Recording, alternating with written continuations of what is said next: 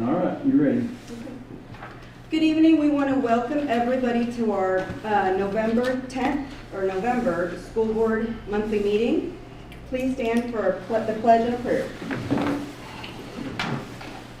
I pledge allegiance to the flag of the United States of America and to the republic for which it stands, one nation, under God, indivisible, with liberty and justice for all. Heavenly Father, we want to thank you for allowing us to gather today. We ask that you guide us in our thoughts and our decisions as we work for the school, the staff, and the community. In your name we pray. Amen. Okay, what do we got here? The first thing we have on here is public comment. Mr. Johnson. We have that on here twice. Is that, we don't have Just the two one. sections, just the one. Okay. Mr. Johnson? Yes. Is that what we said? So, Mr. Johnson, we're going to allow you to go ahead. You have a comment tonight? Yeah, I've got a bunch, but it sounds like I'm going to be limited to 3 minutes. We are limited to 3 minutes, and just a reminder that, we can't discuss personnel, employees' names, anything of that nature. But yes, we'd be happy to offer you 3 minutes to go ahead and make your statements. And just part of the issue with the 3 minutes are there were false statements made at the last board meeting by school agents, and I've got public comment to make, but I don't want to use up the 3 minutes correcting and addressing the false statements that were made during the last meeting. So I guess I'll have to find some other way to address that. Or I'll just, if it isn't effective to do public comment, I guess I'll have to find some other way. But, so yes, I do have public comment. Okay. And I do want to note, as part of my public comment, that false statements were made by school parties during the last board meeting, and I plan to address them, but it's bad enough to make false statements in other forums, but it's very bad to do it during a board meeting. The danger for misleading directors and misleading the public is obviously worse. But directors have an important job. If you aren't able and willing to satisfy your duties, you should resign. I believe that the school has said over and over that you guys are, various administrators have said you guys are fully informed. I seriously doubt that is the case based on what I've seen. A lot of boards think they're fully informed when they're not. But I think during the last meeting, maybe one of the directors actually claimed that the board is fully informed. So if the board knows that criminal background check requirements have been violated, then why hasn't appropriate action been taken? Why isn't there any accountability? Parents deserve to know, parents want to know, parents want the rules to be followed. It's just the bare minimum. Compliance with law, child safety. That would be great. So, the coaches have admitted to the violations. Administrators have admitted to the violations. There should be accountability. The board should enforce its policy. And so far it seems like there's zero accountability. I'm hearing from more and more parents, more and more issues, past and many current, of similar situations. And it sounds like it's just a culture. And a lot of it's in the athletic department, but it goes beyond that as well. If the board knows of violations of child safety law, why hasn't appropriate action been taken? Coach Safely Act. There's not a lot of rules that are applicable to these people, but somehow we still can't follow them, can't hold people accountable for violations of the rules. If you know AAA rules have been violated, again, no action has been taken. If you know that school agents are using racial slurs and making racist comments, why hasn't the board done something? The board said at the last meeting it's got a zero tolerance for bullying, but that doesn't seem the case. I don't see anything being done. The board says, and the school says, that the board's fully informed. All of these things that I'm talking about have been admitted violations of the school. It's not something that's being debated. It's not facts that are in question. You've got an administrator right here. You can ask him about it. if you know the volunteer policy, Thank you. thank you. I just want to thank you for coming out and speaking with us. Of course, we want to hear your voice, and so if at any point in time you want to talk to us, you know, independently, I know you had some other concerns, we'd be happy to chat, you know. The 3 minutes is, you know, what we have set for here. I understand. And, you know, we normally don't give a response. We did hear you. We've all heard what you had to say, and we do appreciate you coming. And I just want to say thank you for what you just said, because I think that's model conduct for what a board should do in a public comment scenario, not argue, debate, make false statements. So thank you, I appreciate that. I would love to take you up on the invitation to meet Sure. and discuss. Yep. You are welcome to email us. Yeah, I've been trying for 3 years to email, call, meet, discuss, so I'm happy to do anything. Well, I've never got an email from you. I apologize, I'll send you an email. What's your name? Brian Lambert, okay. I mean, we get emails from people with concerns where if you want to be more specific, we Yeah. can privately read those and To then individual directors? You can send it to the whole school board Okay. or Yeah. however you would want. be best if you want to email to put us all on there. Just so I know you're seeing the words and or hearing me individually in case it's not getting through administration to you guys. Because that, one of my concerns is, it's difficult for me to believe that you guys are fully informed. I suspect that some information is not getting there. I could be wrong, but that would be helpful. I will take you up on that. Thank you. Thank you. Thank you so much. Okay, we have a monthly building report from the middle school. Yes, so excited to talk about just some of the things, you know, second year here, and we've kind of just taken another step in some of the things we're trying to do. So I just wanted to talk to you about kind of some of the main things we've done this year, beginning with RTI. So with our RTI, one of the things we really wanted to get to is making sure that we have data on all of our kids, and I know I talk about that a lot, but it's so important to know exactly where our kids are so that we can meet their needs exactly and really bring them to the place they need to be. So we have a lot more data this year. We're using an additional RTI period for students that are below grade level, along with our other RTI period for kids that are just struggling with grade level content. We have a system of screeners that we're using. Our specialists, we have 3 specialists in the district this year for ELA, science, and math, and they have been amazing at working with us to help us develop a system of screeners to, first of all, the teachers kind of indicate, hey, this kid's struggling with grade level content. We pulled all of the kids in to the safe room. We screened all of them, determined exactly what they need, and then we pulled them into RTI second 9 weeks to target those needs.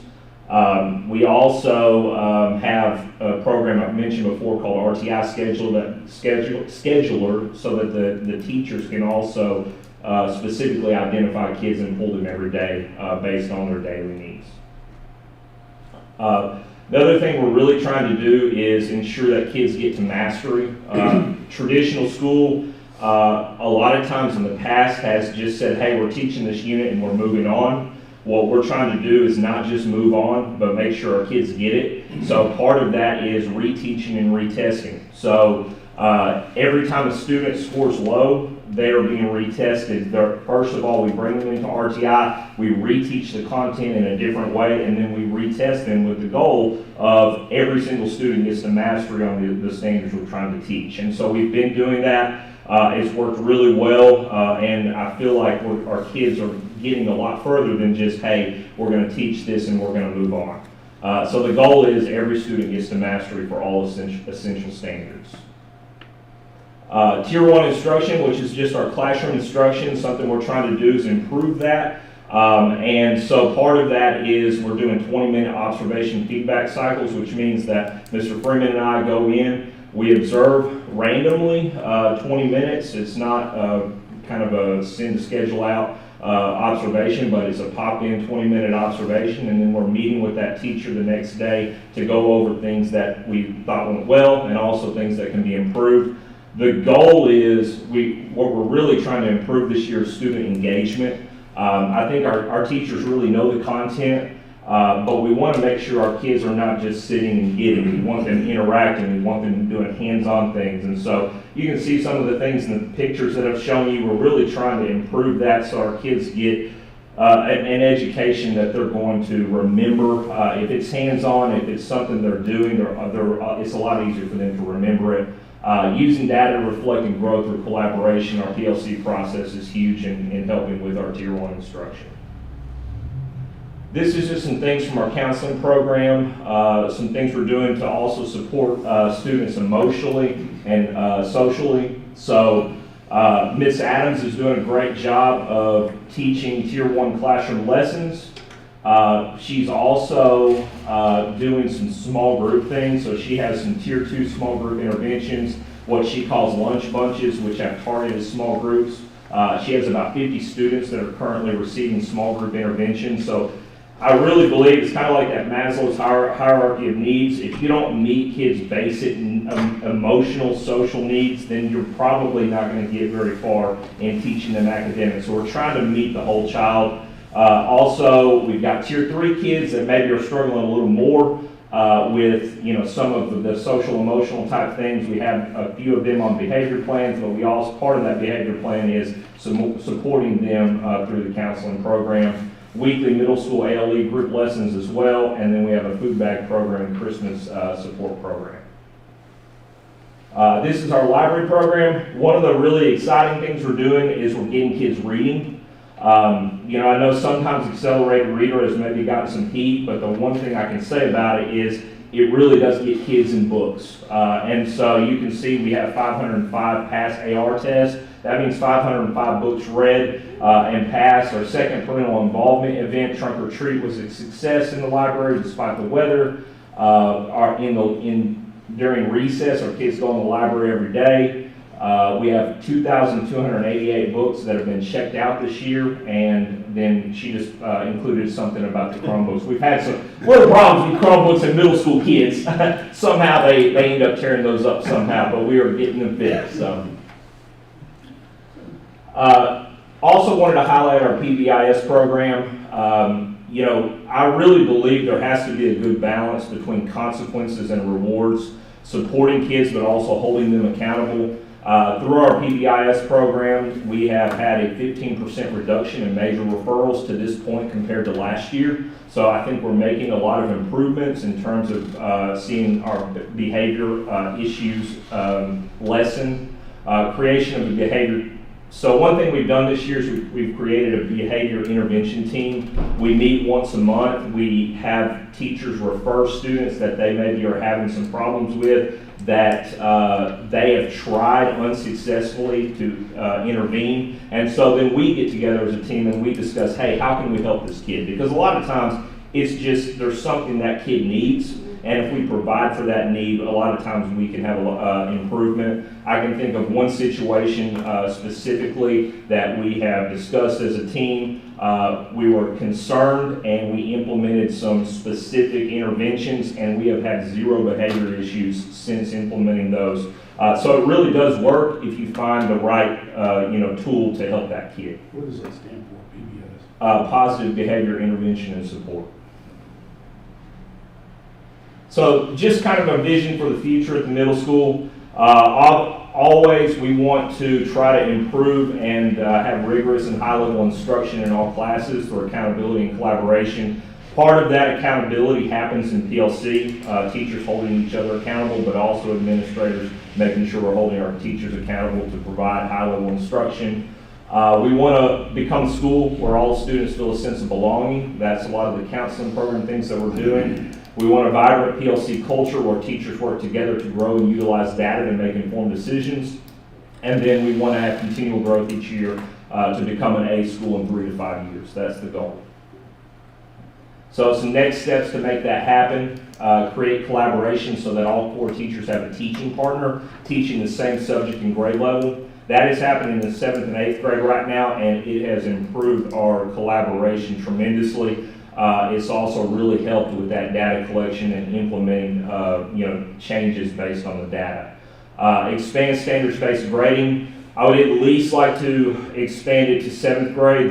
We're looking at some things where we may have some credit-based courses in 8th grade. It is a little difficult to have standards-based with some credit-based courses, but at the very least, we would move up to 7th grade, possibly 8th, depending on how that looks. Expand behavioral supports to create a robust tiered system that identifies struggling students and provides appropriate supports. Change social studies curriculum. So we're planning on going away from our TCI curriculum next year. I want to put something else. So we're kind of starting that process of looking to see what else is out there. Look closely at all of our curriculums to ensure they align with the state standards. We're going to do some vertical alignment work, and that's actually between buildings over the summer where all grade levels are aligned, and we're actually moving towards something rather than each grade level kind of standing on its own. And then something we're doing right now, and this is a district initiative, we're implementing a writing revolution across all grade levels and subject areas to improve our writing, because that has been a big area of struggle.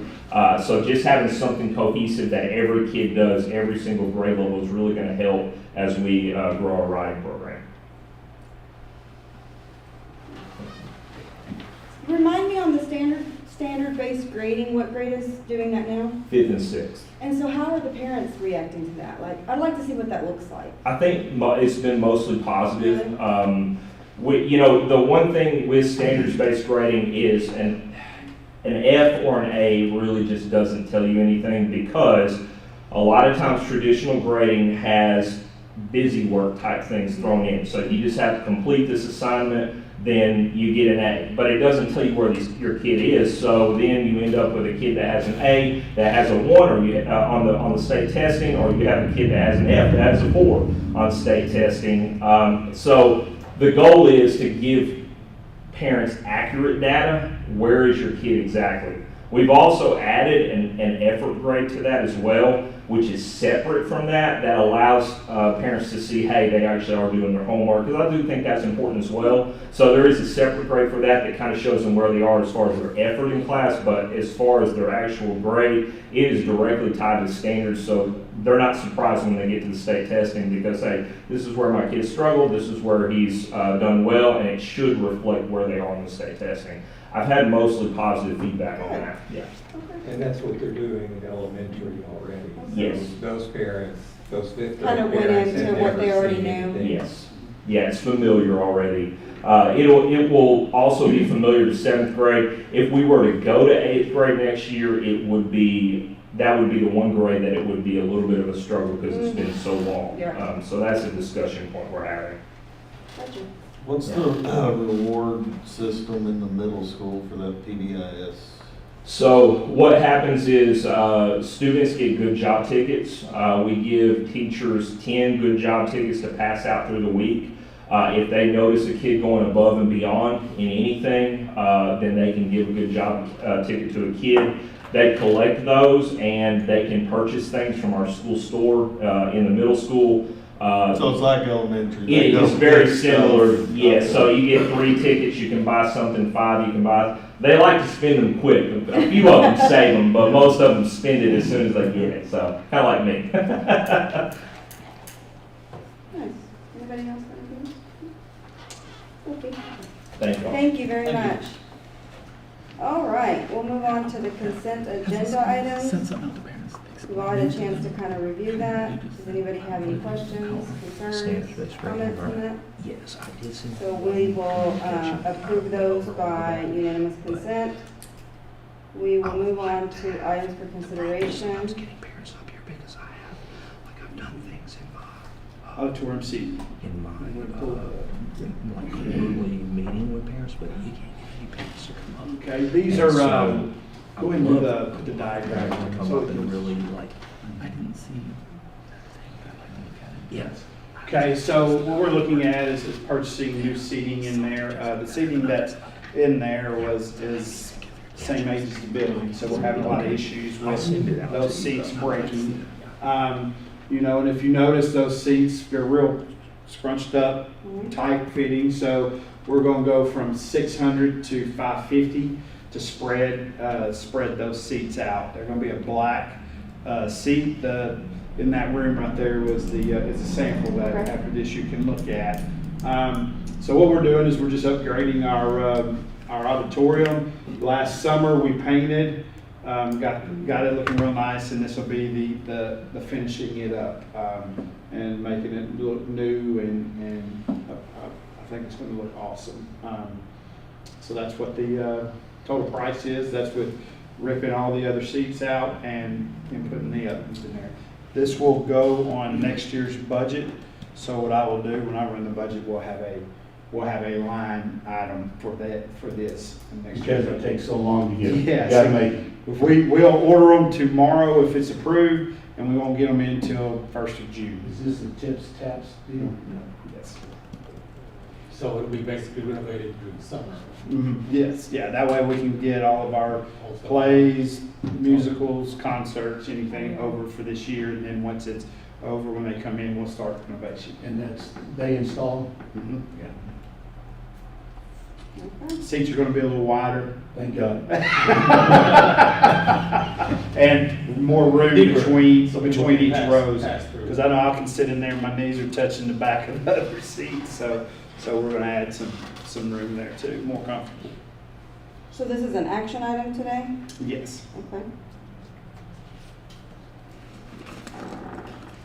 So it's not a Yeah, you just say motion. Yeah. motion to approve auditorium seating for the 2026, 2027 budget item.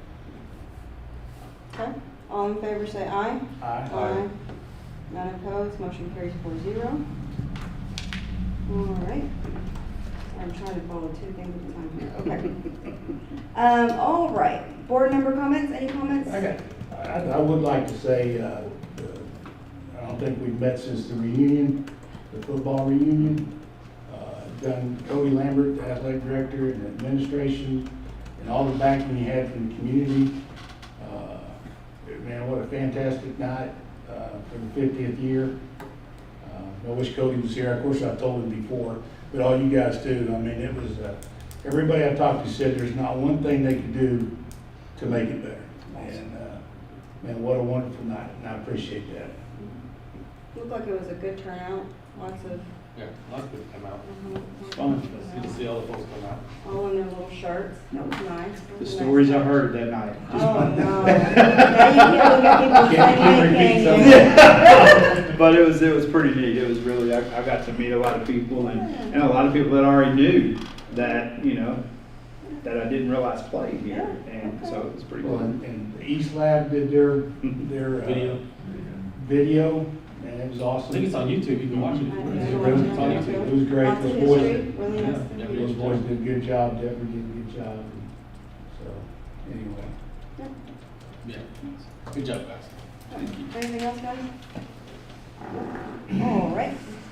What you got for us today? Well, I just kind of wanted to, we had Hot Springs Police Department come out and do a security, I guess, what do you call it? Site assessment on all of our security, see how we are. And I was going to let Hayden kind of do a quick report on that and let you know how we are with that. Yeah, so about 3 weeks ago, Hot Springs PD came in, worked directly with Chief Riley and our new officer Neighbors. They walked our entire campus looking for exploits. We're working Fountain Lake Approved, anything from very beginning in the morning, so from the buses arrive to how parents get checked in, to everything in the middle, to the end of the day.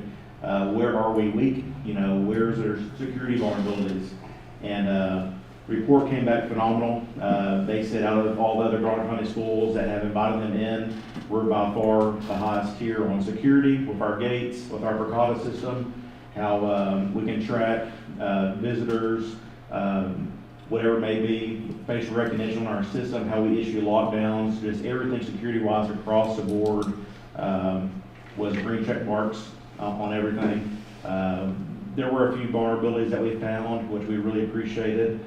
Just some things that we could do better from an outsider's view looking in. Those are things that Chief Riley and myself are addressing. But all in all, it's a phenomenal review.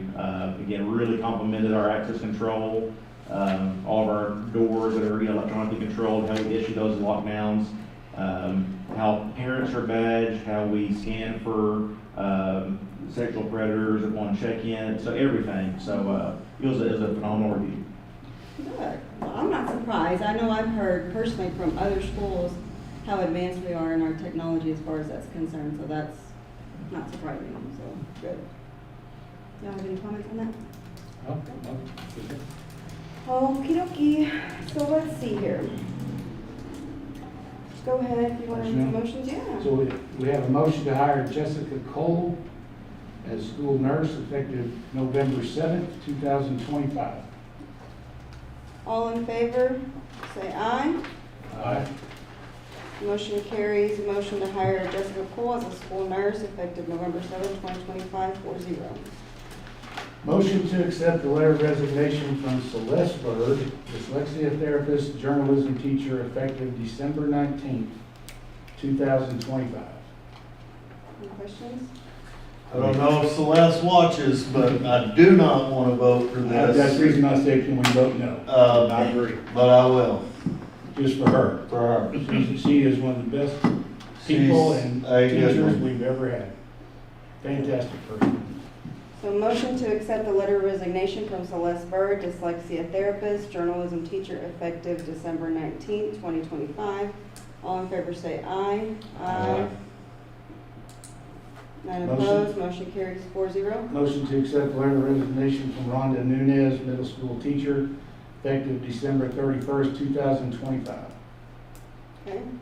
So the motion is to accept the letter of resignation from Rhonda Nunez, middle school teacher, effective December 31st, 2025. All in favor say aye. Aye. None opposed, motion carries 4-0. Motion to accept the letter of resignation from Debbie Hood, bus driver, effective October 31st, 2025. All right, so the motion is to accept the letter of resignation from Debbie Hood, bus driver, effective October 31st, 2025. All in favor say aye. Aye. None opposed, motion carries 4-0. I don't want to take anything from the other resignations. No, no, I no, just no. crossed paths many times with Miss No, Bird, yeah. so just a little personal statement. Ms. Not taking Nunez, from the other ones. Ms. Nunez has been here a couple of years, but Mhm. she is retiring. Okay. And Debbie Hood, who's been here. Oh, She, wow. I know she's been here a very Amazing. long time. She's Amazing. retiring Yeah. as well. Retiring. Mhm. All right, meeting's adjourned, guys.